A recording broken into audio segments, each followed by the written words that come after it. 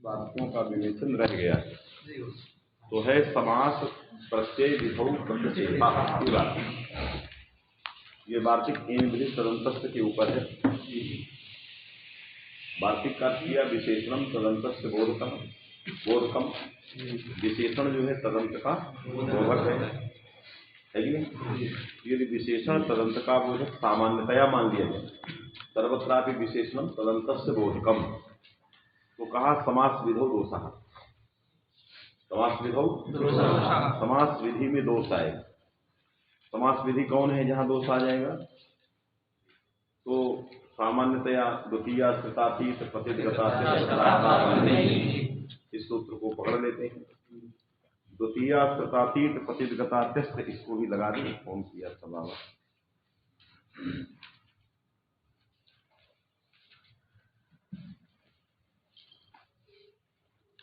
है कि नहीं। द्वितीया माने द्वितीयांतम सुबंतम। द्वितीयांतम श्रुतादि प्रकृतिकैः सुबन्तैः समर्थैः है कि नहीं। द्वितीयादि प्रकृतिकैः माने द्वितीयादि प्रकृतिक सुबंत। तो स्व प्रकृतिकत्व संबंध से श्रुतादि का अन्वय कहाँ है? सुबंत में। माने श्रुतादि की श्रुतादि प्रकृतिक में लक्षणा है, उसका यह अर्थ है नहीं। अर्थ उसका यह है कि श्रुतादि भी, तो जो श्रुतादि है माने श्रुत है कि नहीं। ये जो सब वहां पढ़े गए हैं तो इनका समास होगा। तो श्रुतादियों का सुबंत के साथ अन्वय कैसे होगा? तो उसके लिए श्रुतादि शब्दों की लक्षणा क्या किया? सब प्रकृतिक में लक्षणा कर दिया। उसी को लक्षणा एक वृत्ति है, संसर्ग है, इसलिए क्या कहेंगे? श्रुतादि सुबंत माने श्रुतादि विशिष्ट सुबंत है कि नहीं। तो श्रुतादि प्रकृतिक सुबंत, तो श्रुतादि प्रकृतिक सुबंत होता नहीं, इसके एक देश सुप में अन्वय होगा।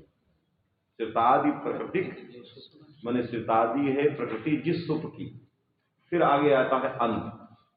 बात में कि नहीं। तो फलितार्थया कह दिया जाता है कि श्रुतादि प्रकृतिक जो सुबंत समर्थ है कि नहीं। तो श्रुतांत प्रकृतिक समर्थ सुमर्थ से समास क्यों नहीं? क्योंकि ये विशेषण है। कौन? श्रुतादि। किसमें विशेषण है? समर्थ सुबंत में विशेषण। आगे समर्थ ही भी रखा है और सुप आता है। सुप सुपा सुपा सुपा का अर्थ क्या है? सुबंतई। तो सुबंत के साथ श्रुतादि जो है क्या है? इनमें विशेषणत्व की संभावना है कि नहीं। मैंने विशेषण तो प्रकृति जब लक्षणा करोगे तो अर्थ होगा श्रुतादि प्रकृति का प्रकृति का ही अभेदन अन्वय कहाँ गया? सुबंत ही है कि नहीं। तो श्रुतादि यदि ये विशेषण है स्व प्रकृतिकत्व संबंध से सुबंत के साथ, तो इसमें लक्षणा हो विशेषण तदंतस्य बोधकम। तो तदंत का बोधक हो जाएगा। तो क्या अर्थ होगा? कि श्रुतांत प्रकृतिक जो सुबंत होंगे उनके साथ भी समास होगा। और स्वस्य विशेषण तदंतस्य स्वस्य, तो श्रुतादि प्रकृतिक भी सुबंत के साथ समास होगा और श्रुतांत प्रकृतिक भी जो सुबंत होंगे उनका भी समर्थ के साथ द्वितीयांत का समास होगा। ये अर्थ जो है बने। समझ में आएगी? बात मेरी समझ में आ गई कि नहीं? इसको नहीं आई। जब ये आएगी तभी ये वार्तिक बैठेगा। क्योंकि वार्तिक कह रहा है कि विशेषण और स्व, विशेषण स्वांत का बोधक है और स्व का भी बोधक है। विशेषणम आत्मांतस्य बोधकम और स्वस्य बोधकम, क्योंकि उसमें स्व भी स्वस्थ की अनुवृत्ति आती है। विशेषणम तदंतस्य स्वस्थ ये लिखा है। तो विशेषण विशेषणांत का भी बोधक होगा और स्वस्थ का भी बोधक। तो यदि ऐसा अर्थ करेंगे तो कहाँ दोष जाएगा? अर्थात समास विधायक सूत्रों में दोष जाएगा। समास विधायक सूत्रों में जो श्रुतादि हैं ये सुबंत में विशेषण है। यदि विशेषण है तो इनमें तदंत विधि होगी। तो श्रुत से श्रुतांत भी लेंगे और श्रुत भी लेंगे। तो जब श्रुत लेंगे तो कष्टम श्रुतः ये समास हो जाए, और जब श्रुतांत लेंगे तो कष्टम परम श्रुतः यहां भी हो जाए। तो कष्टम श्रुतः कष्ट श्रुतः यहां तो इष्ट है, होता ही। कष्टम परम श्रुतः यहां समास इष्ट नहीं। लेकिन यदि ऐसा अर्थ करोगे कि विशेषण तदंत और स्व दोनों का बोधक होता है, तो श्रुतादि ये विशेषण है, ये स्वंत के भी बोधक होंगे और स्व के भी बोधक होंगे। तो जब स्वंत के बोधक होंगे तो कष्टम परम श्रुतः में भी समास होगा, क्योंकि परम श्रुत क्या है? सुबंत।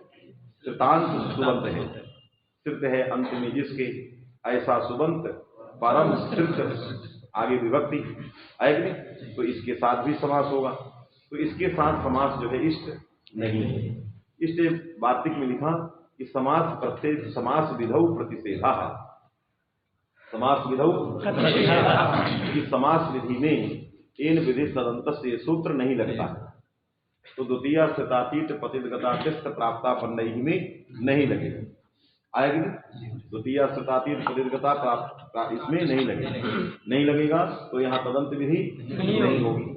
जब नहीं होगी तो बन जाएगा कष्टम परम श्रिता अलग बनेगा, कष्ट श्रिता कष्टम श्रिता है अलग बनेगा, आया।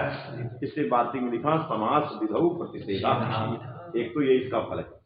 दूसरा प्रत्यय विधौ भी दे रहा है कि प्रत्यय विधौ प्रतिषेधा है कि नहीं, समास प्रत्यय विधौ प्रतिषेधा,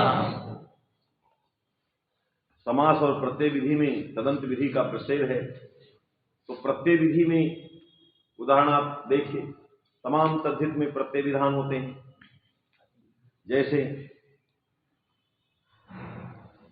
नणस्य पत्यम नाड़ी, नणस्य पत्यम नाड़ी बनता है कि नहीं, सूत्र क्या है और नड़ादिभ्या कुछ और है, अच्छा चलिए, तो नणस्य पत्यम नाड़ी, यहाँ अति नहीं लगाना, कोई विशेष न, क्योंकि अति में तो वर्ण ग्रहण आगे वाला वार्तिक निषेध कर दे, रोक रहा है, वहां तो तदंत होना ही है, आगे होगी तो वर्ण रखा है, तो अति में वर्ण है, इसलिए उसको नहीं पकड़ना है। तो जैसे नणस्य पत्यम नाड़ी बनता है, वैसे सूत्र नणस्य पत्यम बन जाए, क्योंकि नणांत से भी हो जाए, क्योंकि वहां प्रातिपदिक का अधिकार है। यहां प्रातिपदिकात जाएगा और कहेगा नणांत जो प्रातिपदिक, नणांत जो उससे भी प्रत्यय ही होगा, तो नड़ स्व से भी होगा, नड़ से भी होगा, और नणांत माने सूत्र नड़ से भी होगा। तो सौत्र नाड़ी ही यदि अनुसत्कादि नाम से उभय पद को वृद्धि कर देंगे तो क्या बनेगा, सौत्र नाड़ी। तो सौत्र नाड़ी ये इष्ट नहीं है, इष्ट क्या है, नाड़ी, बात में कि तो जहां हमें तदंत विधि करना रहता है वहां स्वयं प्रत्यय विधि में अंत रखे गए, सूत्रांता ठक, सूत्रांता ठक, नहीं तो अंत रखने की जरूरत नहीं, सूत्राठक प्रातिपदिक जाएगा तो सूत्र प्रातिपदिक में विशेषण हो जाएगा, तो सूत्रांतम प्रातिपदिकम स्वयं आ जाएगा, अंत रखने की क्या जरूरत है। तो अंत यही बताता है कि प्रत्यय विधि में निषेध है, तदंत विधि ये अंत बताता है, वास्तव में नहीं। तो प्रत्यय विधि में तदंत निषिद्ध हो जाएगी, इसलिए अंत रखना चाहिए। क्या रखना चाहिए, क्योंकि अंत नहीं रखोगे तो सूत्र स्वरूप जो प्रातिपदिक है उसी से होगा। तो सौत्रिका ये बन सकता है, सौत्रिका बनेगा, लेकिन पारम सौत्रिका या परम सौत्रिका ये नहीं बनेगा, इसके लिए वहां अंत रखा गया। बात में आ गई। तो सौत्र नाड़ी ही ये प्रयोग ना बने, इसके लिए समास प्रत्यय विधो में प्रत्यय विधो दे दिया कि प्रत्यय विधि में एन विधि तदंत ये नहीं लगता। तो जहां नड़स्य प्रत्यय में नाड़ी बनाना है वहां ई प्रत्यय विधि है, इसलिए वहां पर ये सूत्र जो है नहीं लगेगा। तो नड़ांत प्रातिपदिक जो सूत्र नड़ है वो नहीं लिया जाएगा, केवल नड़ ही लिया जाएगा, तो नाड़ी बनेगा, सौत्र नाड़ी नहीं आया। इससे इस वार्तिक के निषेध के लिए बताया समास विधौ न तदंत विधि, प्रत्यय विधौ न तदंत विधि, माने समास विधि में तदंत विधि नहीं होगी और प्रत्यय विधि में भी तदंत विधि नहीं होगी। अब दोष ये आएगा कि यदि प्रत्यय विधि में तदंत विधि नहीं होगी तो अति पचंती नहीं बनेगा। क्या नहीं बनेगा, अति पचंती बनाओ, है कि नहीं। अति पचंती में उगित मान के गीप करना है, वो प्रत्यय विधि है। उसका अर्थ है उगिदंत जो प्रातिपदिक है कि नहीं, उगिदंतांत प्रातिपदिक से होता है। तो उगिदंत था, पचंत ये उगित था, तत्रीय है, उगित है। अब तदंत क्या था, अति पचंत, उससे गीप करना।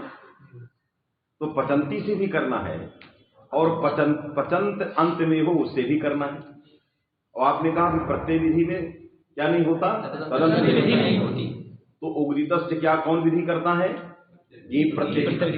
तो उगित में तदंत विधि नहीं होगी, तो उगित जो प्रातिपदिक यही अर्थ होगा। तो उगित प्रातिपदिक तो पचंत है, इससे गीप आ जाएगा। उगिदांतांत जो प्रातिपदिक है अति पचंत, उससे नहीं आएगा, तो अति पचंती नहीं बनेगी, आएगी नहीं। तो उसके लिए हमें क्या करना पड़ा, उगित ग्रहण, उगित वर्ण ग्रहण, आएगी नहीं। तो उगित वर्जम अलग बात, वर्ण वर्जम ये अलग बात में कि नहीं। वर्जम का अर्थ होता है वर्जयित्व। जैसे कहते हो, हम आपसे कहें कि स्मारम, स्मारम का अर्थ बोलो, आप कहते हो ना स्मारम स्मारम पुरोर्गिर ध्यायम ध्यायम, तो आप कहते हो ध्यात्वा ध्यात्वा, करते हो ना ध्यात्वा ध्यात्वा, ध्यायम ध्यायम ने ध्यात्वा। तो वर्जम वर्जम वर्जयित्वा वर्जयित्वा, तो ये वर्जम ऐसा अणमुल है कि इसमें तो त्वर नहीं हुआ है, लेकिन अणमुल है इसमें, वास्तविक में क्या है, अणमुल प्रत्यय। तो अणमुल प्रत्यय का विग्रह क्या होगा, वर्जयित्वा। इसलिए उगित वर्जम माने उगित सूत्र को छोड़ करके, उगित ग्रहण वर्जम माने उगित इत्याकारकस्य शब्दस्य ग्रहणम जस्मिन् सूत्रे तम सूत्रम वर्जयित्वा प्रवर्तते कौन समास प्रत्यय विभक्त सेधा इदम बात। समझ में आया कि नहीं। तो वर्जम का अर्थ होता है, नहीं कहते हो लसक को तद्धिते में क्या कहते हो,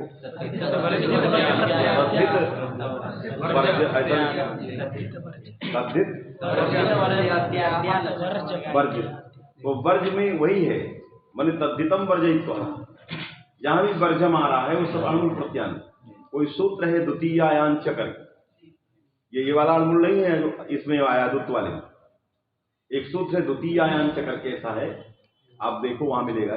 तो द्वितीयायान च के प्रकरण में एक सूत्र है जो सीधे अणमुल कर देता है, द्वित्व नहीं करता है, अणमुल भाव में आता है, इसलिए उसका विग्रह क्या किया जाता है, वर्जयित्व। जब द्वित्व रहेगा तो दो बार वर्जयित्वा वर्जित्वा, जब वो वाला अणमुल रहे है कि जब आभिक्षण में आएगा तो ध्यात्वा ध्यात्वा की तरह, जब आभिक्ष में नहीं, आभिक्षण में नहीं आएगा, केवल भाव में आएगा, तो वर्जम एक ही होगा, द्वित्व होगा नहीं। तो क्या बनेगा, क्योंकि आभिक्षण ने द्वे बहुलम, वास्तविक नहीं। तो जब आभिक्षण में नहीं रहेगा तो क्या बनेगा, केवल वर्जम, उसका अर्थ क्या होगा, वर्जयित्वा। समझ में आता है कि नहीं।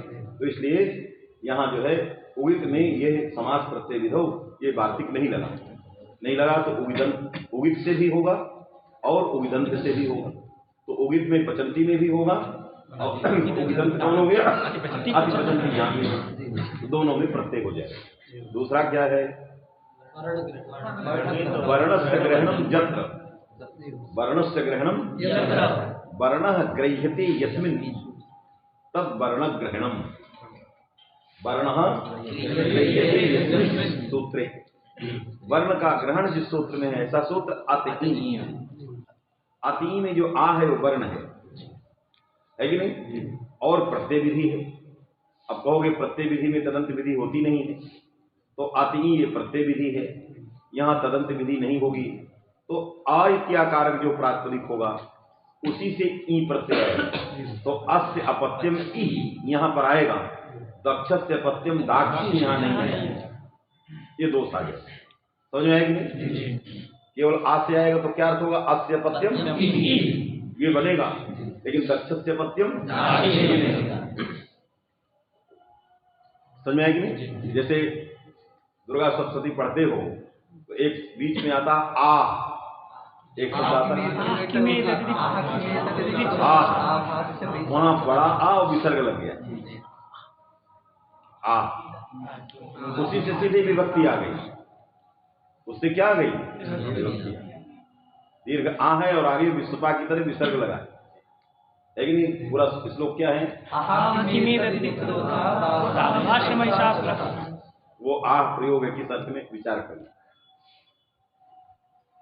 अर्थात मेरा यहां उसका कहने का मतलब है कि वर्ण से भी सीधे विभक्तियां आती हैं, वास्तविक नहीं। अर्थात वर्ण भी सार्थक यदि है वो स्वतंत्र रूप से प्रयुक्त है, किसी समुदाय में घटक नहीं है, तो वो भी अर्थवान है, उससे भी विभक्तियां आती हैं। इसलिए अयुण में आ ई उसे इसीलिए कहा, कल्पना की गई इससे क्यों नहीं आई, क्यों नहीं है, क्योंकि वर्णों से विभक्तियां प्राप्त हैं यदि वर्ण स्वतंत्र है तो समझ बात आ गई। तो इसलिए यहाँ हास्यापत्यम ये होगा, दक्षस्यपत्यम नहीं होगा। तो क्या करना पड़ेगा, उगिद वर्ण ग्रहण वर्जम, माने समास प्रत्यय विधो कुत्र प्रवर्तते, वर्ण ग्रहण वर्जम प्रवर्तते, है कि नहीं। उगिद ग्रहण वर्जम प्रवर्तते, वर्जम माने वर्जित। तो इसका अन्वय कहाँ किसके साथ है, उगित ग्रहण वर्ण ग्रहण वर्जम में किसके साथ अन्वय है, समास प्रत्यय विधो प्रतिधा के साथ, उसको जोड़ के तभी वो अर्थ लगता है।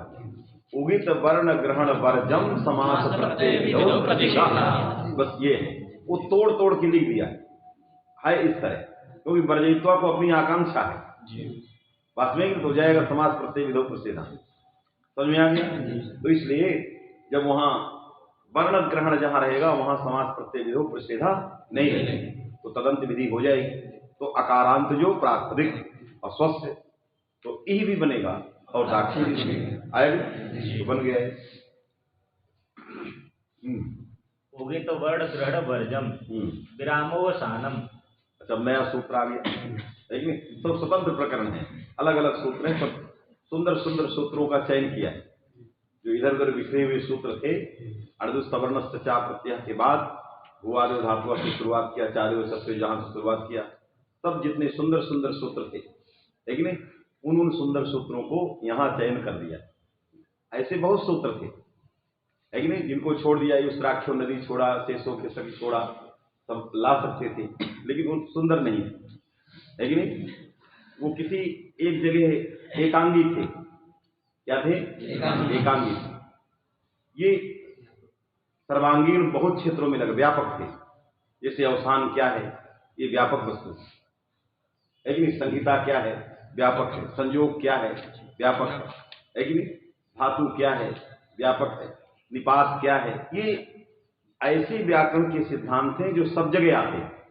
निपात, धातु, उपसर्ग, लेकिन और उसमें अवसान, संहिता और संयोग, पद, ये व्यापक वस्तुएं थी।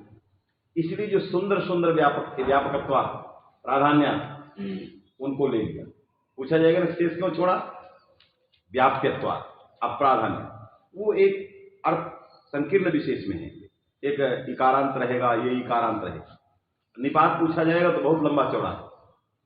जब निपात पूछा जाएगा, कहते हैं ये निपात, उपसर्ग, निपात, ये सब लंबे चौड़े से, इसलिए सुंदर सुंदर सूत्रों को चयन कर लिया। समझ में आया कि दूसरा सूत्र आया विरामोवसानम। आप लोग क्या समझते हो इससे? अभी जितने हम सब कहीं ना कहीं पढ़े ही हो, और नहीं पढ़े हो तो बहुश्रुत हो। दो तरह के लोग होते हैं, एक होता है पढ़ा हुआ, एक बहुश्रुत, कई जगह सुनता रहता है। जैसे कुंभ लग जाए तो कई पंडालों में जाना पड़ता है, बहुश्रुत हो जाता है कि नहीं? क्या समझे, बोलिए, कोई बोलो। विरामोवसानम से क्या समझते? कोई पूछेगा आपसे तो क्या बताओगे सत्य? वर्णों के उच्चारणाभाव, वर्णों के न इस सूत्र में वर्ण पढ़ा गया, न उच्चारण पढ़ा गया, न अभाव पढ़ा गया, है कि नहीं? तो चलिए, यदि कोई पूछे कि विरामोवसानम क्या है, तो कहो ये संज्ञा सूत्र है, और अवसान शब्द जो है बहुत जगह व्याकरण में आया है। जैसे खर्वसाने विसर्जनीय वावसानी च, तो खर्वसाने विसर्जनीय में जब बनाओगे कि विष्णु राम, तो राम रा जब बना दिए, रेप को विसर्ग करना है, खर पड़े रहते करता है, खर है ही नहीं, तो वहां अवसानी लेते हो, तो क्या अवसान है? रेप अवसान है कि नहीं? कि इसके और कोई अवसान है, बात में कि नहीं? तो उस अवसान को समझने के लिए सूत्र बनाया गया, उस अवसान को समझने के लिए सूत्र बनाया गया कि खर में विसर्ग होता है और अवसान में विसर्ग होता है कि नहीं? अर्थात रेफ के उच्चारण के अनंतर वर्णांतर का उच्चारणाभाव, ये अवसान है। रेफोच्चारण तो है वो, तद उच्चारण अनंतर वर्णांतर माने रेफाकृत जो वर्ण है, वर्णांतर से उच्चारणाभाव, यही अवसान है कि कोई और दूसरा अवसान है?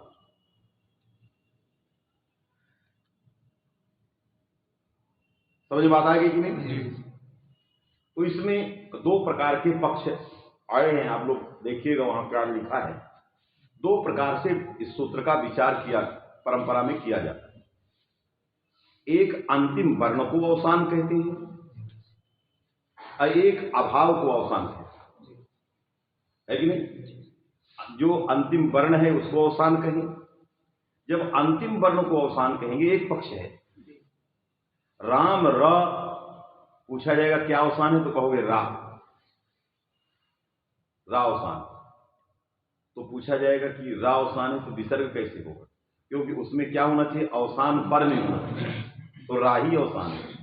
अवसान माने अंतिमो वर्ण, यस्य वर्णस्य अनंतरम वर्णांतरस्य उच्चारणम नो चेत तदा अंतिमः यह वर्णः स वर्णः अवसान पद भूत्या। एक पक्ष समझ लीजिएगा बात, क्योंकि पचाना है ग्रंथ। अंतिम जो वर्ण है वो अवसान है। अंतिम वर्ण राम रामे रा है, एक पक्ष है। तो जब ये अवसान है तो विसर्ग कैसे हो?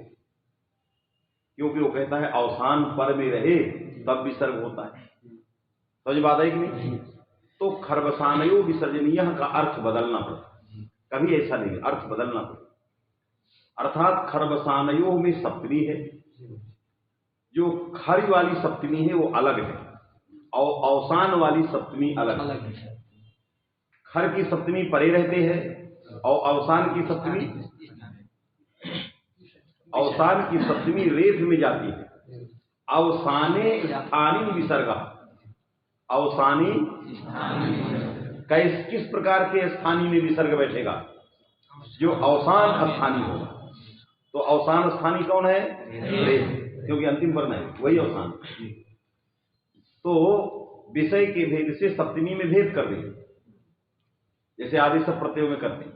विषय भेदात षष्ठी, यहां विषय भेदात, विषय के भेद से सप्तमी भिन्न हो जाएगी, है कि नहीं? तो यहां जो सप्तमी है, अवसाने की सप्तमी, वो कहां अन्वित होगी? स्थानी। कहां अन्वित होगी? सप्तम्यंततया जाके स्थानी में जाएगी। बात में कि नहीं? तो रेफस्य विसर्ग मानी रेफे विसर्ग स्यात्, अवसान संग के रेफे विसर्ग स्यात्, रेफस्य विसर्ग स्यात् खरी। पक्षत भाई राजेश्वर जा रहा कि नहीं आ रहा है? अवसान संग के रेफे विसर्ग स्यात्, ये अवसान को लेकर अर्थ बनाना पड़ेगा। और खरी परे रेफस्य विसर्ग स्यात्, वहां ये षष्ठी करना पड़ेगा, आएगी। तो इसलिए एक पक्ष हो गया कि अंतिम वर्ण अवसान होता है, लेकिन सूत्र क्या कह रहा है? विरामो अवसानम, कहता है विराम को अवसान कहते हैं, अंतिम वर्ण को कहां अवसान कहते हैं? बात में कि नहीं? आपका सूत्र तो दूसरा कह रहा है। आप कहते हो ना कि मैं विराम लेता हूं, मैंने अब कोई काम नहीं करना, अभाव, यहां से प्रवृत्ति का अभाव। किसका अभाव? आपकी प्रवृत्ति। नहीं कहते अब मैं इस कार्य में विराम, कभी कभी वक्ता खड़ा हो जाता है, मैं अपने वाणी को विराम देता हूं, माने वाणी का अभाव। तो विराम जो है लोक व्यवहार में अभाव के रूप में देखा गया है।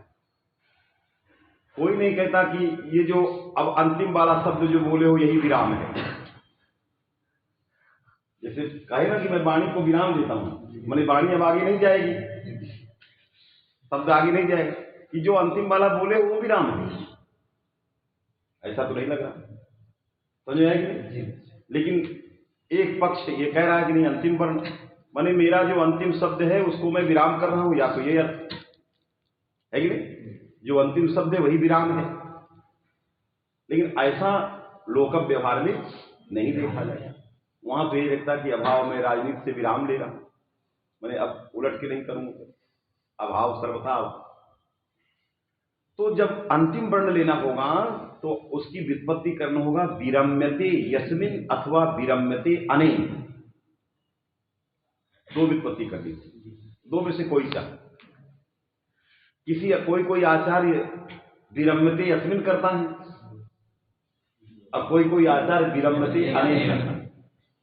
तत्वबोधनीकार कहते हैं विरम्यते अनेन और बाल मनोरमाकार लिखते हैं विरम्यते अस्मिन। ये दो अलग अलग व्युत्पत्तियां कर। विरम्यते अस्मिन पक्ष में ये अधिकरण में कहीं प्रत्यय है। जब विरम्यते अस्मिन कहोगे तो किसमें अधिकरण प्रत्यय है? अधिकरण में। किससे? अकर्मण के कारण।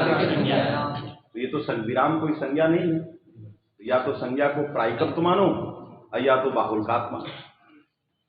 संज्ञा या प्रायिकत्व है कि नहीं, ये मान के करो, अथवा न उसको लगाओ तो फिर बाहुल्यकात्म, क्योंकि करने वाला तो भावे है। बात समझे कि नहीं? तो यदि वो संज्ञा में ही लगे या संज्ञा में नहीं लगे, क्योंकि अवसान को संज्ञा के रूप में व्यवहार किया गया है, विराम को संज्ञा के रूप में व्यवहार नहीं किया गया शास्त्रकारों ने। जो संज्ञा के रूप में, जैसे कहते उपदेश कोई संज्ञा नहीं है, क्योंकि शास्त्रकाराणाम अनुक्ते, उपदेश कोई संज्ञा नहीं, तो विराम क्यों? शास्त्रकाराणाम अनुक्ते। शास्त्रकार क्या कहे? अवसान, ये संज्ञा। यदि अवसानो विराम या अवसानम विराम ऐसा सूत्र होता तो काम चल जाता, क्योंकि अवसान को उलट सकते हो इसको। अभी पाणिनि जी ने क्या बनाया और हम लोग क्या बनाए?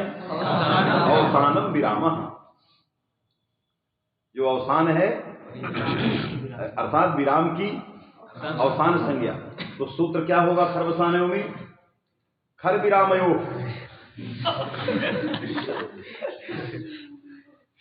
बदलना पड़ेगा, खर विरामयो सूत्र हो, माने खर पड़े रहते और विराम पड़े। तो पूछा जाता विराम माने अवसान। यदि पाणिनि जी खर विरामयो सूत्र बना देते तो हमको अवसानम विरामा बनाने में कोई क्षति नहीं। वो तो विधि सूत्र में संज्ञा का प्रवेश है, तो वही संज्ञा इधर लाना है कि नहीं? यदि पाणिनि जी वृद्धिरेच की जगह क्या बनाते? वृद्धिरेच की जगह आदेश रेच है कि नहीं? तो हम वृद्धिरादेश की जगह सही कहते, जो आदेश संज्ञा है तो सही पाठ होता है, मंगलार्थक नहीं रहता है कि नहीं? वृद्धि संज्ञी है और आदेश माने आदेश, वृद्धि की आदेश संज्ञा हो, तो वहां आदेश संज्ञा लिखा है, आदेश माने वृद्धि।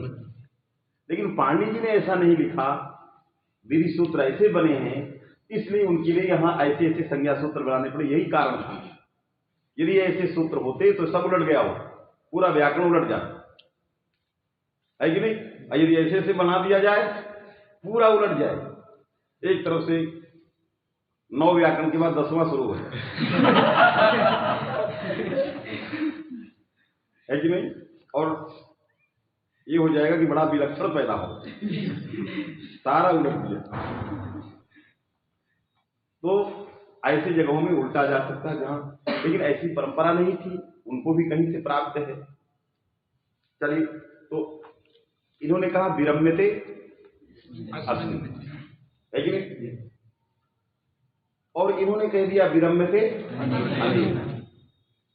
बात दोनों की एक ही है। तृतीया प्रथमोपस्थित थी, इसलिए उसका नाम बाल मनोरमा है, और है कि नहीं? और तृतीया को छोड़ के सप्तमी तक चले गए, इसीलिए बाल मनोरमा है कि नहीं?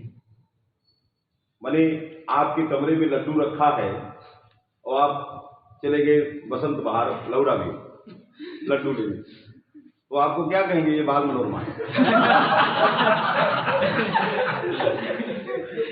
यही कहेंगे, प्रौढ़ मनोरमा नहीं कहेंगे बाल मनोरमा। अरे जो लड्डू आपको वहां मिलना है वो तो कमरे में था, तो आप चले गए छोड़कर, तो ये बाल बुद्धि है, समझ नहीं थी इसलिए चले गए। तो तृतीय, यदि कर्ण में व्युत्पत्ति करते हैं तो तृतीया विभक्ति पहले मिलती है और सप्तमी बाद में मिलती है। तो तृतीया को छोड़ के सप्तमी तक क्यों गए?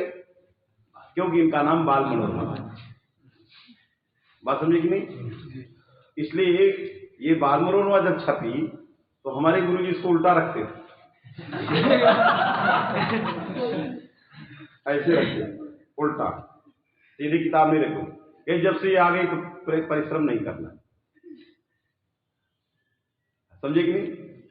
सरल, अत्यंत सरलता के लाने के चक्कर में बहुत जगहों में गड़बड़ कुछ कर दिया, उसका जो गांभीर्य है वो चला गया, अत्यंत सरलता के, बात समझे कि नहीं?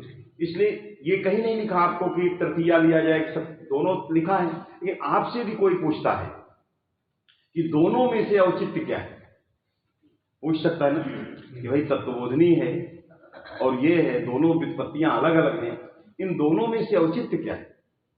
तो आप क्या औचित्य करेंगे सद्य? तो आप यही कहिए कि तृतीया प्रथमोपस्थित था, फलैक्य है लेकिन तृतीया प्रथमोपस्थित था, यदि तृतीयांत को लेकर के व्युत्पत्ति बन सकती थी तो आगे तक जाने की जरूरत नहीं थी। इसलिए जो है ये ग्रंथ, इसलिए ये तत्वबोधनी उचित है, ये थोड़ा सा अर्थ वही है, फलैक्य है, इसलिए खंडन तो नहीं लेकिन उचित नहीं, बात समझे कि नहीं? इसलिए बालमनोरमाकार विरम्यते अस्मिन्, माने जिसमें विराम हो, तो आप रा आ मा आ रा उच्चारण जब करते हो तो किसमें विराम करते हो? रेफ में विराम। आपका विराम किसमें है? अभाव कहां बैठ रहा है? रेफ में। तो विराम कौन हुआ? रेफ। तो किसकी संज्ञा हुई अवसान? रेफ की। एक पक्ष ये आता, अथवा जिसके द्वारा आपको विराम हो रहा है, यदि रेफ नहीं होता तो क्या विराम करते? बात में कि नहीं? तो अंतिम रेफ के उच्चारण से ही आप, उच्चारण के कारण विराम हो, क्योंकि वही के बाद आपने नहीं किया।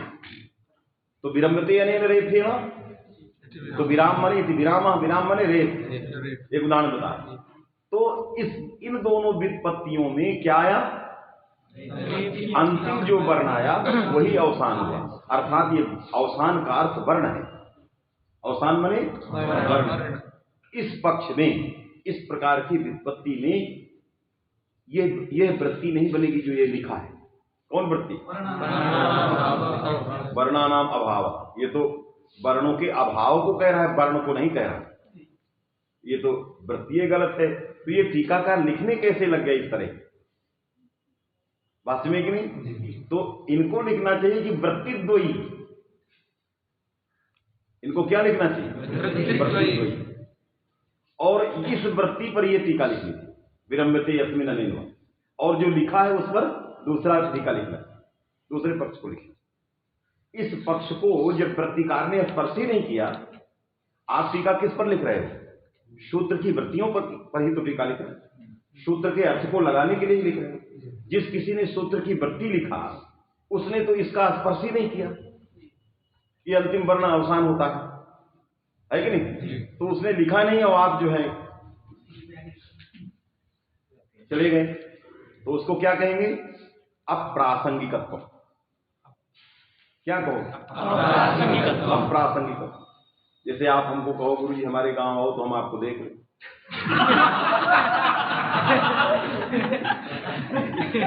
मान लिया कह दिए, कहो अभी गुरु जी आप आओ तो हम देख लें, तो हम तो पढ़ा रहे हैं, इस तो चर्चा ही नहीं थी इसकी देखने सुनने की। अब आप ऐसे कहने लगे तो हम क्या कहेंगे?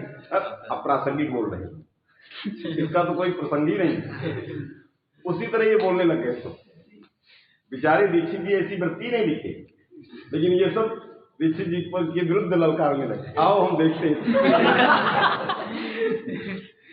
यही सब, यही अप्रासंगिक।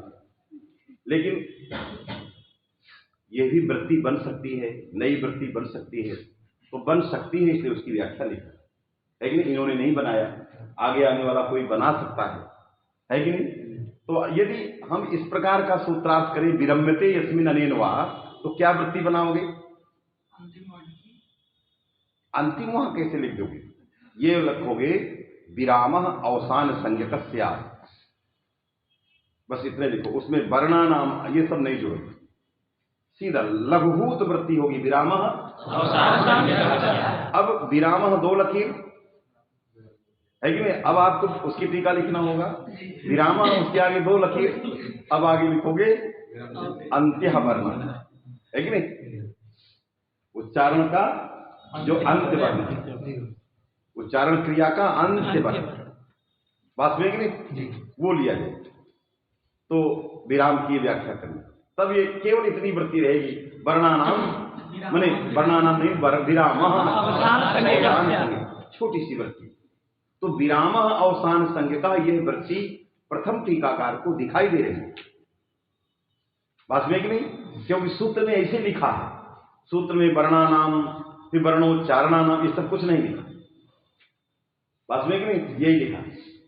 तो जो लिखा है सूत्र में दोनों प्रथमांत, उसके अनुसार वो वृत्ति बना, उसकी व्याख्या, ऐसी वृत्ति को मस्तिष्क में रख करके व्युत्पत्ति करना।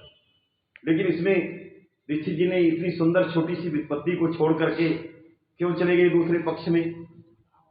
दीक्षित ने विराम का अर्थ किया विरमणम, दीक्षित ने विराम का अर्थ क्या किया?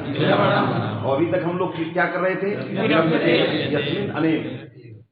और दीक्षित जी ने क्या कहा?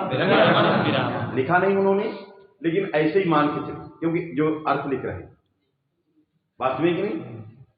तो विरमणम विराम, विरमणम माने विरमणम दो लकीर, क्या लिखोगे उसका अर्थ? अभाव, वास्तविक नहीं। विउपसर्ग क्रम धातु से कहीं प्रत्यय करोगे तो अर्थ होगा अभाव, तो विरमणम का अर्थ होगा अभाव। किसमें कहीं प्रत्यय आया? भाव में कहीं प्रत्यय आया। किसमें आया? ये पक्षा प्रथम पक्ष है जो वृत्ति लिखी है कि नहीं? तो विरमणम विरामः भावे कहीं, हमें बाहुल का असंज्ञा में भी प्रत्यय, उचित संज्ञा या प्राय, ये सब नहीं मानना पड़ा, ये सारी चीजें, क्योंकि संज्ञा या प्राय तत्व अगतिक गति ही है कि नहीं, या शिष्ट प्रयुक्त ऐसे बहुत आवश्यक है, जहां कोई गति नहीं है वहां के लिए। जब भाव में कहीं प्रत्यय करने से सब कुछ बन रहा है तो क्यों उधर जाएंगे? इसलिए उस व्युत्पत्ति को नहीं पकड़ाएंगे। कहा विरमणम विरामः भावे कहीं माने अभाव। तो विराम अवसान संज्ञ का अर्थ क्या हुआ इस मत में? अभाव अवसान, अभाव को अवसान कहते हैं। किसको कहते हैं? अभाव। अब होगा किसका अभाव? क्योंकि अभाव अपने प्रतियोग, तब बढ़ने लगेगी वृत्ति, तब वृत्ति बढ़ेगी। अभाव है कि नहीं? किसका अभाव है कि नहीं? ये होगा। यदि कहो तो रेप का अभाव, तो रेप रहेगा नहीं, तो विसर्ग किसको हो? यदि कहो अंतिम वर्ण का अभाव, तो रेप का ही चला गया, तो क्या विसर्ग करोगे? रामा कैसे बना, है कि नहीं? तो रेफात अभाव, रेफ से अभाव लेना, अर्थात अंतिम वर्ण विषयक उच्चारणानंतरम वर्णांतरस्य उच्चारणाभाव। अंतिम वर्ण विषयकम जद उच्चारण है कि नहीं, और उस उच्चारण के अनंतर वर्णांतर विषयक उच्चारणाभाव, माने अन्य वर्ण का उच्चारण नहीं है, बात में कि नहीं? यस्य वर्णस्य अंतिमम उच्चारणम क्रियते तदनंतरम अन्यस्य वर्णस्य उच्चारणम नोचेत तादृशः उच्चारणाभावः। तो रेफ के बाद हम किसी भी वर्ण विषय को उच्चारण, रेफांतर कोई अन्य वर्ण का उच्चारण नहीं कर रहे, वो जो उच्चारणाभाव है कि नहीं, ये रेफ के बाद अभाव पर में रहे तो विसर्ग होता है। अब क्या कहूं, अभी तक हम कहते थे अवसान स्वरूप रेफ में विसर्ग बैठता है, माने अवसान संज्ञ कस्य रेफस्य विसर्गस्य, यदि षष्ठी में बदलेंगे अवसान संज्ञ कस्य रेफस्य विसर्ग, ये प्रथम पक्ष। अब कहोगे अवसान पर में रहे, माने अभाव पर में रहे तो रेफ को विसर्ग। अरे अभाव कभी पर में रहेगा? जो वो है ही नहीं तो क्या पर में रहेगा? बात में कि नहीं? हम कहे कि हमारे सामने प्रेत रहे, अरे जो वो है ही नहीं, अभाव है, संदेह है कि वो लोग, बात में कि नहीं, तो क्या पर में रहे? तो अभाव पर में रहे, तो रेफ के बाद पर में कौन रहता है? जो भाव होते हैं, जो वस्तु सत्य है वही, उसी के साथ पौर्वा पर्य होता है। जो वस्तु सत्य है उसके साथ क्या होता है? अयम पूर्वा अयम परा इति व्यवहार। सत वस्तु के साथ पौर्वा पर्य व्यवहार होता है। और जो वस्तु है ही नहीं उसके साथ पौर्वा पर ये व्यवहार कैसे होगा? रेफ अकेले है, इस रेफ में अयम पूर्वहा ये तब व्यवहार हो जब उसके उत्तर में कोई रहे। समझ में आएगी? उत्तर में कुछ है ही नहीं, तो इस पक्ष में बिगड़ रहा है, फिर भी अर्थ बिगड़ रहा है। तो कहो बुद्धि कृतम पौर्वा पर। अब ये दूसरे दर्शन को अच्छा नहीं लगे, मैंने वो सब नहीं, चतुर्विधा जाने दो, दूसरे दर्शन को वो एकदम सुनना पसंद नहीं। अब हमें सामने पड़ा हुआ दिखाई देना रेप के बाद अभाव को एकदम हमें सामने दिखाई देना। ऐसा पौर्व ऐसा है ही नहीं तो क्या, है ही नहीं तो क्या, वो यही चिल्लाता है, अरे बुद्धि में रखो, है ही नहीं क्या होता है।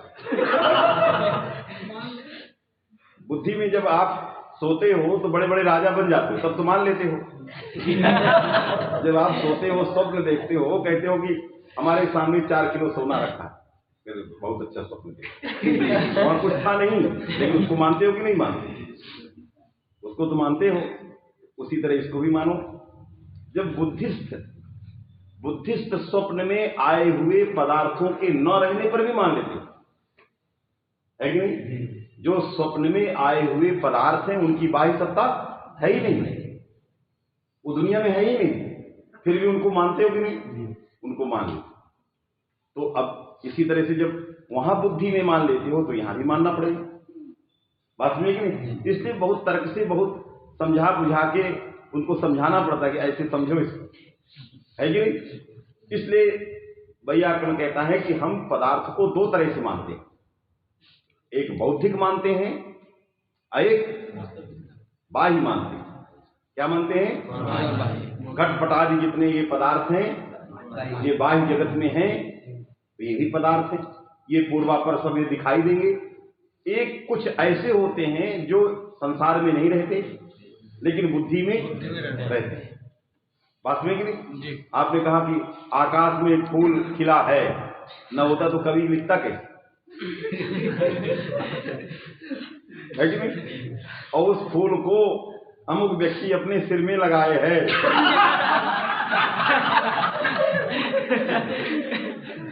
है कि नहीं? वो सब कभी तरह तरह के लिख रहा है कि भाई आकाश में फूल खिले, तो क्या है? अपनी बुद्धि में सब कुछ देख रहा है, बुद्धि परिकल्पित है, बुद्धि में परिकल्पना, बुद्धि में आकाश भी है, फूल भी खिल रहा है, और बुद्धि में ही कोई लगाए भी है।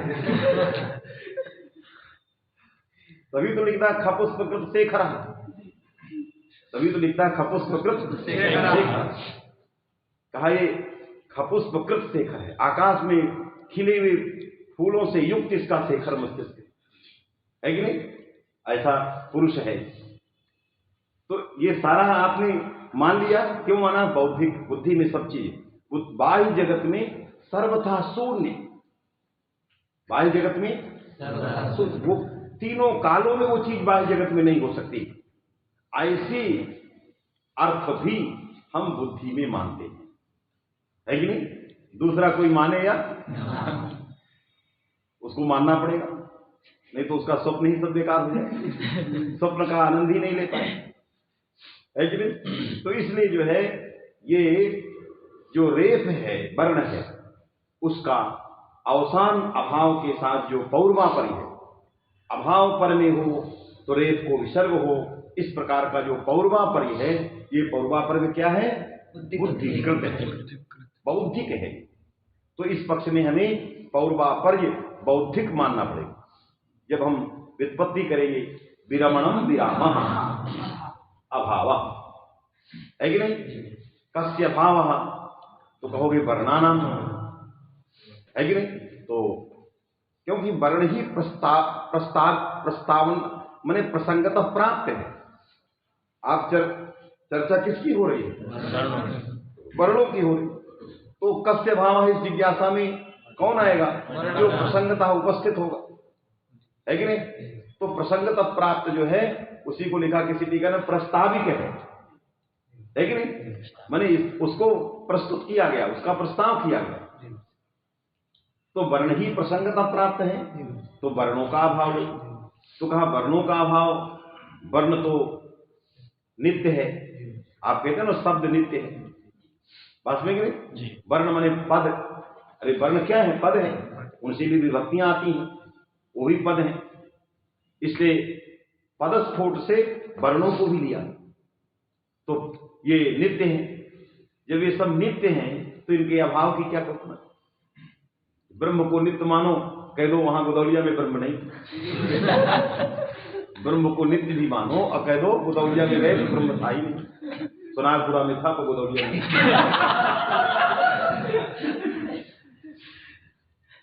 तो ऐसा कौन सा ब्रह्म होगा जो सोनारपुरा में रहे तो गोदौलिया में रहे? है कि नहीं? उसी तरह है कि वर्ण आपका नित्य है, तब भी कह रहे हो वर्णानाम अभाव। तो इसलिए उसके आगे जोड़ दिया वर्णोच्चारणाम, है कि नहीं? वर्णोच्चारण, वर्णानाम उच्चारणाम। तो वर्ण विषय जो उच्चारण है कि नहीं, उस कैसा वर्ण? अंतिम वर्ण विषय जो उच्चारण, तदनंतर जो वर्णांतर का उच्चारण। रेप का तो उच्चारण ही बैठा है।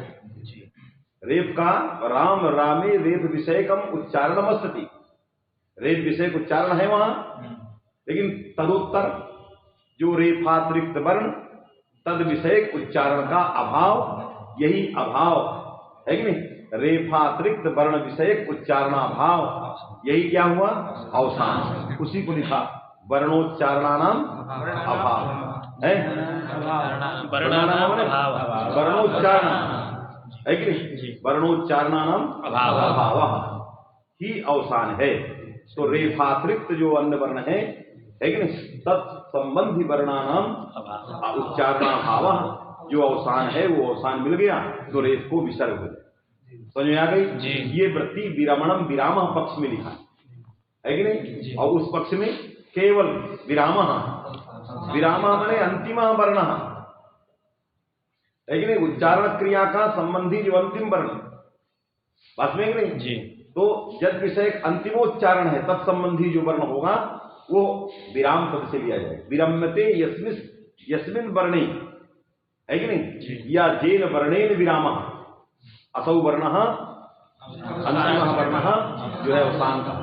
तो अवसान संज्ञ कस्य रेफस्य विसर्ग, पहली व्यक्ति, पहला अर्थ होगा उसका। और खरी अवसाने च परे रेफस्य विसर्ग। तो इस पक्ष में जो अवसाने सप्तमी थी उसको स्थानी के साथ लगाना पड़ता है। जब विरम्यते यस्मिन् कहोगे तो खरवसानयों में जो अवसानी सप्तमी है विषय भेदात भिन्न, बात में कि नहीं? भिन्न भिन्न, वहां ये सप्तमी किस में जाएगी? स्थानी में जाएगी। तो अवसाने माने अवसान संज्ञ के स्थानी रेफे विसर्गा त्याग, बात में कि नहीं? इस प्रकार की व्युत्पत्ति इस पक्ष में बदलेगी। ये दो प्रकार के पक्ष इस सूत्र में विचारित हैं। दोनों पक्ष आपकी टीकाओं में उल्लिखित होंगे, आएंगे जी। आगे वर्णानाम अभाव अवसान संज्ञा स्यात् परा सन्निकर्षा संहिता। अब दूसरा सूत्र आ गया, है कि नहीं? अत्यंत सुंदर, है कि नहीं? दूसरा सूत्र है। पहले भी बताया कि जितने सुंदर सुंदर सूत्र थे उनको इसमें जो है चुन के रख दिया, लंबे चौड़े विचार वाले, और ये घी टी ये सब छोड़ दी, है कि नहीं? घी टी नदी तमाम छोड़ दिए, सौंदर्य नाम परह सन्निकर्ष संज्ञ। सन्निकर्ष क्या है, परह क्या है, ये सब सुंदर विचार। तो पर कहते हैं अतिशय, पर माने अतिशय, लेकिन इसके बाद ये अंतिम ये पर ही है कि नहीं? इसलिए अतिशय जहां से कोई अग्रिम सत्ता ना हो, बात में कि नहीं? अतिशय, तो पर का अर्थ क्या है? अतिशय। पर माने भिन्न भी होता है, पर के कई अर्थ होते हैं, कोश में कई अर्थ वर्णित हैं। तो पर का अर्थ क्या है? अतिशय, है कि नहीं? और सन्निकर्ष माने संबंधा। सन्निकर्ष किसको कहते हैं? संबंध को कहते हैं। सन्निकर्ष माने संबंध।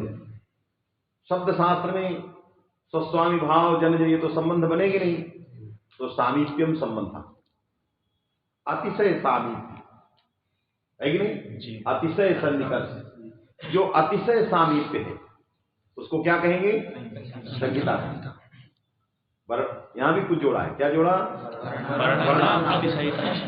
क्योंकि अतिशय सामीप्य किनका? वर्ण। अर्थात एक वर्ण के उच्चारण के बाद दूसरे वर्ण के उच्चारण में अतिशय सामीप्य होना चाहिए, है कि नहीं? माने अर्धमात्रा कालातिरिक्त काल व्यवहार शून्यता रहनी चाहिए। अर्धमात्रा जो है, अर्धमात्रा का जो उच्चारण काल है, उतना व्यवधान एक वर्ण से दूसरे वर्ण के उच्चारण में सोढ़व्य है। आपने सुधी उच्चारण किया इकार, इस इकार के उपास्या के उकार के उच्चारण में अर्धमात्रा का जो उच्चारण काल है उतना व्यवधान रहेगा, क्योंकि उतने व्यवधान के बिना दूसरा उच्चारण नहीं हो सकता।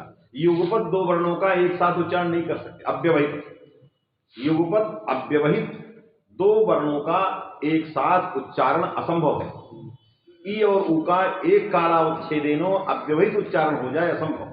जिस काल में ई का उच्चारण होगा उस काल में ऊ का उच्चारण नहीं हो सकता, उसमें कालांतर रहेगा। तो कितना काल का व्यवधान होगा? अर्धमात्रा का के उच्चारण का काल। तो अर्धमात्रोच्चारण जो काल है उतना काल रहने पर भी यह अतिशय सन्निकर्ष कहा जाता है। यदि उससे अतिरिक्त काल लग गया तो वहां अतिशय सन्निकर्ष नहीं कहा जाए। जब अतिशय सन्निकर्ष नहीं कहेंगे तो वहां संहिता नहीं रहेगी। जब नहीं रहेगी तो संहितोद्देश्यक कार्य नहीं होगा। बात समझे कि नहीं? वहां संहिता संबंधी जो कार्य है वो नहीं। बात समझ आ गई? इसलिए वर्णों का जो अतिशय सामीप्य है वही संहिता है, और उसी का अर्थ संधि भी है। जो संधि है, ये कहते हो कि ये ञण संधि, ये फलाने संधि, कोई नहीं। वहां केवल अचसंहिता, हलों की संहिता, विसर्ग की संहिता, ये संहिता है। और चूंकि वो ञण जो है तदस्थानिक है, ञण क्या है? संहिता के अधिकार में आता है, तो तादर्थ्या ताच्छब्दम, ये संहितार्थ, ये संहिता ञणार्थ है। ये संहिता क्या है? ञणार्थ है, ञण के लिए। तो जो जिसके लिए होता है उसको उसी से व्यवहार कर दिया जाता है, उसका नामकरण कर दिया जाता है कि नहीं? कहते संहितायाम विषय एक स्थान ञण से संहितायाम विषय इयम संहिता किमर्थम ञणार्थम तस्मात् एतस्या संहिताया किम नाम? ञण संहिता, इसलिए इसका नाम ञण संधि है कि नहीं? इसलिए कह देते ञण संधि, फलानी संधि देखा। इसलिए संहिता और संधि पर्याय थे, इसलिए संधि को अलग से बनाने की जरूरत नहीं पड़ी। अलग से कोई संधि क्या है इसका परिभाषा रखने की जरूरत नहीं पड़ी। इसलिए जो केवल ये कहते हैं कि निकटवर्ती दो वर्णों के मेल विकार, इनको संधि कहते हैं, ये सब एक लक्ष्य के दर्शी। केवल विद्यालय में इनको निकटवर्ती दो मेल मिल है कि नहीं? ये कुछ स्थल विशेष को देख करके कुछ ऐसी व्याख्या करते हैं। निकटवर्ती दो वर्णों का मेल, कहाँ मेल? कोई मेल नहीं। बात में कि नहीं? तो इसलिए ये सब संधि के लक्षण है ही नहीं। क्योंकि आप गुण में जाओगे, कहाँ जाओगे? वहां कौन निकटवर्ती दो में? तो गुण जो है करता है, और ई के स्थान में गुण किया, और ई की जगह कौन बैठ गया? ए बैठ गया। तो ये तो नहीं निकटवर्ती दो वर्ण हो गए, एक ही वर्ण दे रहा। बात में कि नहीं? तो इसलिए ये सारी परिभाषाएं क्या हैं? ये सब एकांगी परिभाषाएं लोगों ने किया, इसलिए ये समाप्त हो गई। ये छोटे छोटे बच्चों के रटने के लिए हो गई।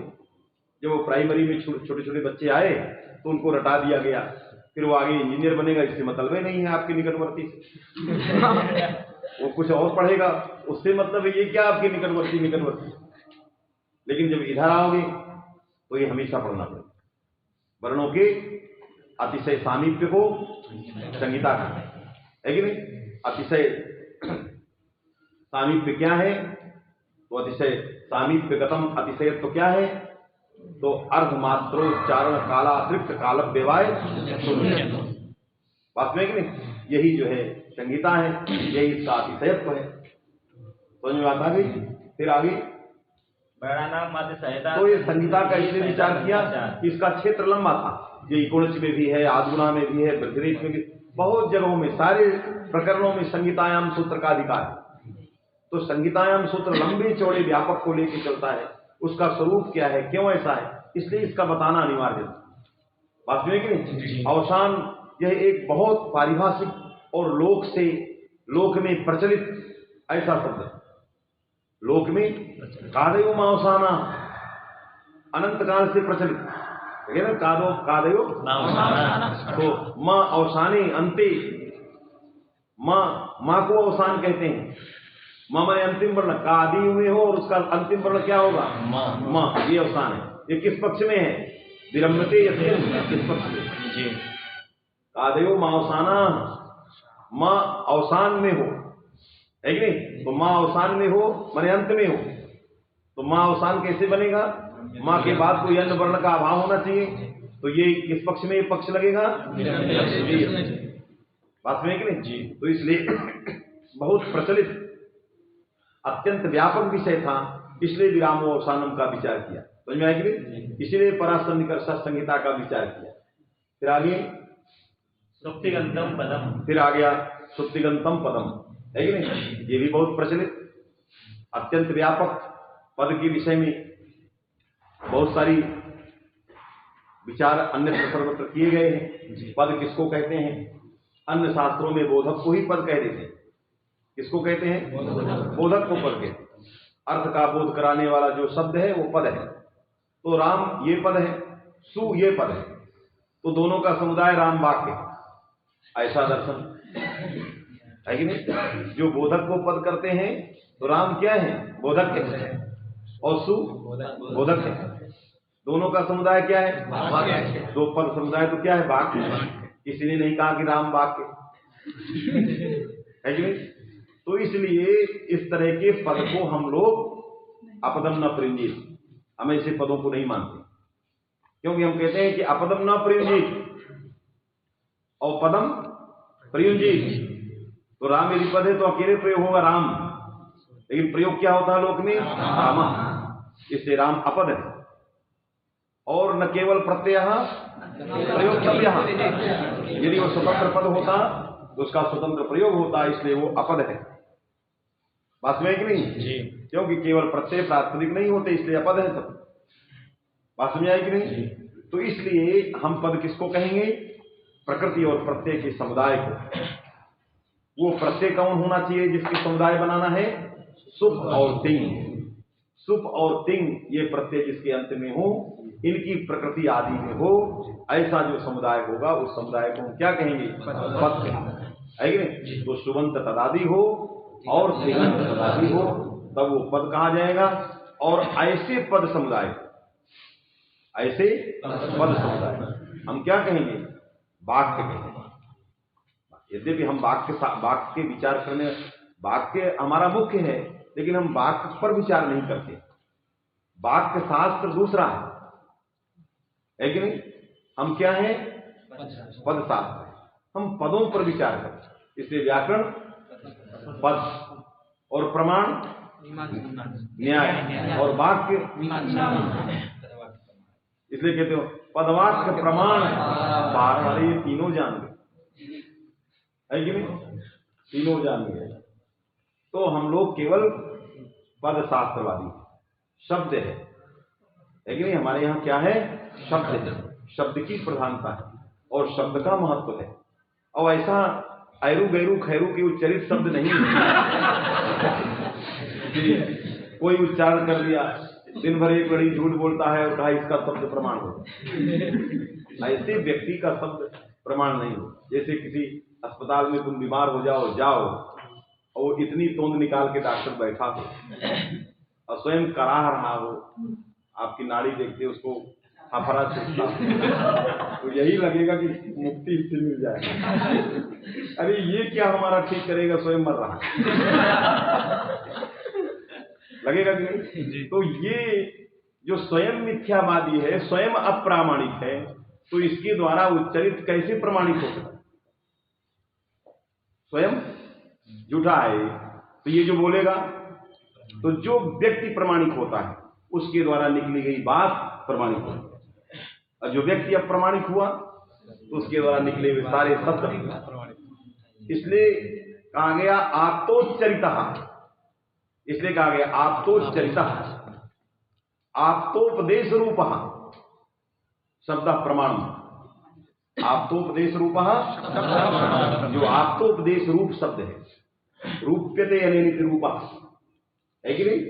और उपदिश्यते असौ इति उपदेशः, उपदेशस्यासौ रूपः, और आप्तेन उपदेश रूपः, या आप्ता आप्तस्य उपदेश रूपः, आप्तोपदेश रूपः, ऐसा सब है कि नहीं? आत्मने अनुभवेन वस्तु तत्वस्य कार्षणेन निश्चयवान, आप अनुभवी होना नहीं चाहिए, ये नहीं कि उसको अनुभव ही नहीं, ये हेतु दिया अनुभवेन, किसमें हेतु है? निश्चय में।